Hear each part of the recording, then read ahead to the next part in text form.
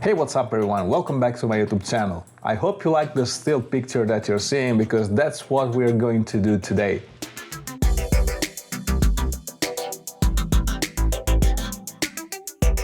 As always, the whole process is going to be divided into several different parts, so always remember to take a look at the chapter markers below and you'll be able to jump around back and forth between the segments. This is episode number 2 of how to spray paint and refinish your guitar from scratch, and today we're going to remove the old paint.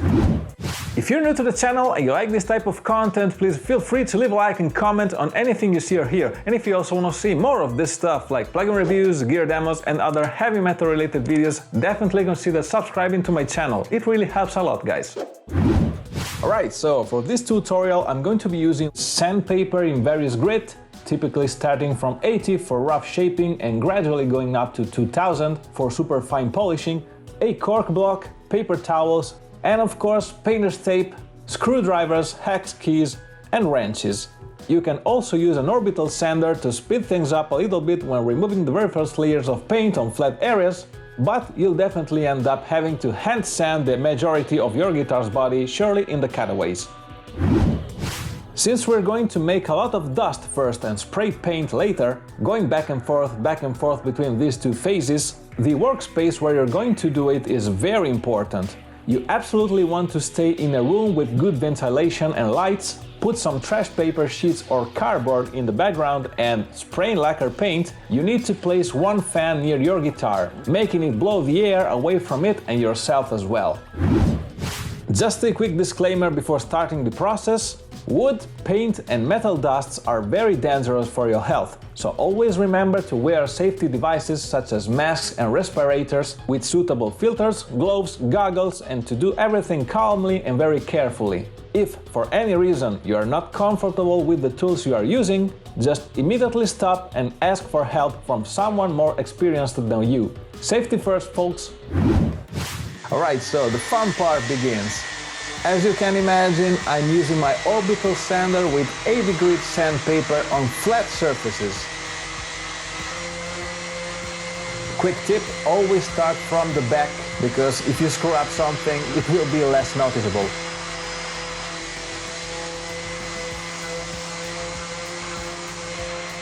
And also be sure to set the speed of your orbital sander starting from very low and gradually increasing it, as this procedure can be quite dangerous if you don't know what you're doing.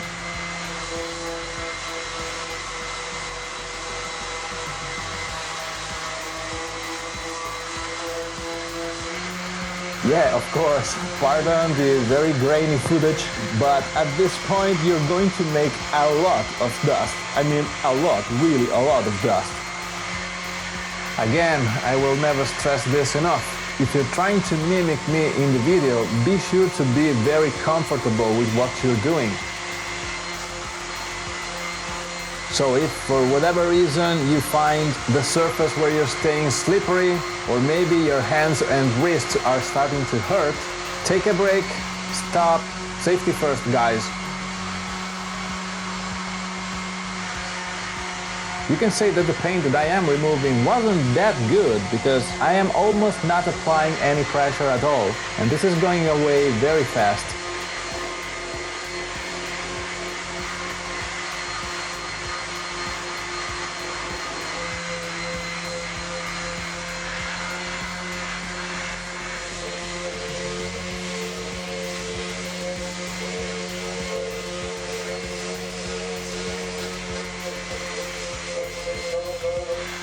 So this guitar has an edge top.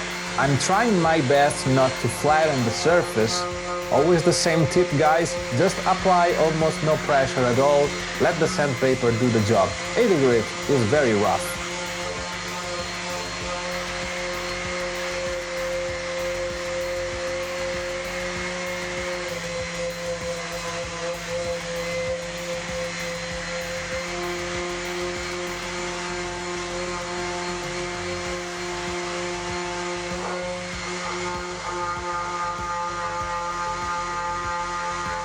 Finally reach the cutaways areas in the front, and again I'm not applying any pressure at all. I'm letting the sandpaper do the job. It works really well.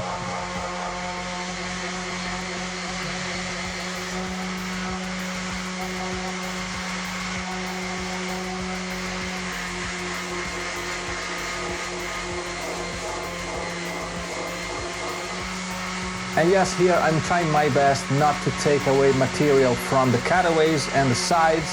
This sandpaper tissue that I've been using is quite old now, so it's not taking away that much paint and that much wood.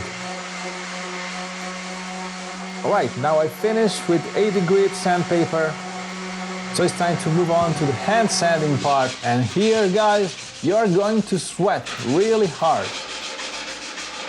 Believe me, this is going to be a tough work. And yes, it's fine if you regret doing this, but hold on tight, stay strong, because the final result will be awesome.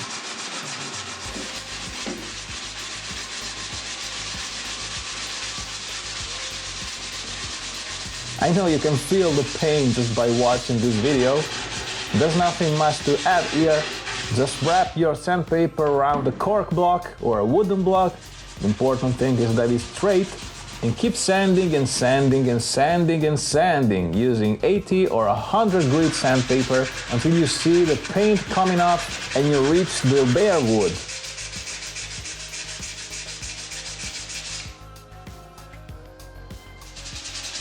And of course, as you can imagine, the more curved areas that your guitar has, and the worse it is going to be to sand them. So for example, in the cutaways, I'm just wrapping the sandpaper around my fingers and sanding, sanding, sanding once again.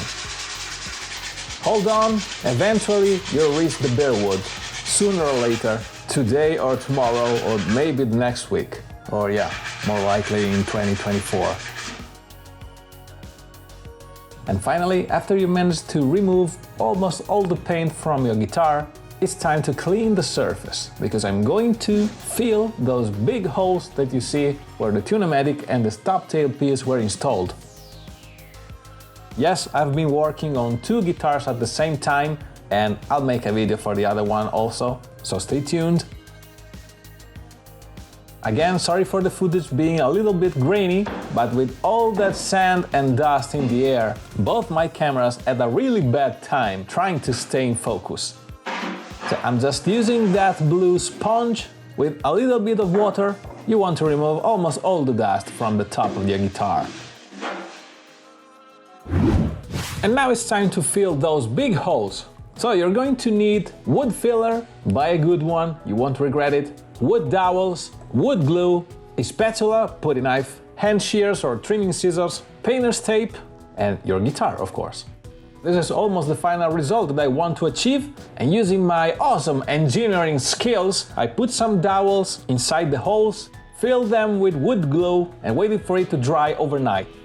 I want the old bridge screw holes to remain intact, and yeah, this guitar is going to return to be a string-through body construction, so maybe, but just maybe, I will have to re-drill some holes for the strings to come up through the body. Yeah, this isn't a really big deal, I'll take care of it later at the final stage of this process. So before starting to mix the things and components all together, be sure that your wood glue and your wood filler can live with each other. Just maybe do a test on some other wood block and see how them react together. And yeah, just use your spatula to put that on your guitar's body and make it as flush as possible. I'm going to be sanding it, of course, once again to make it level with the top. But yeah, in this case, less is more.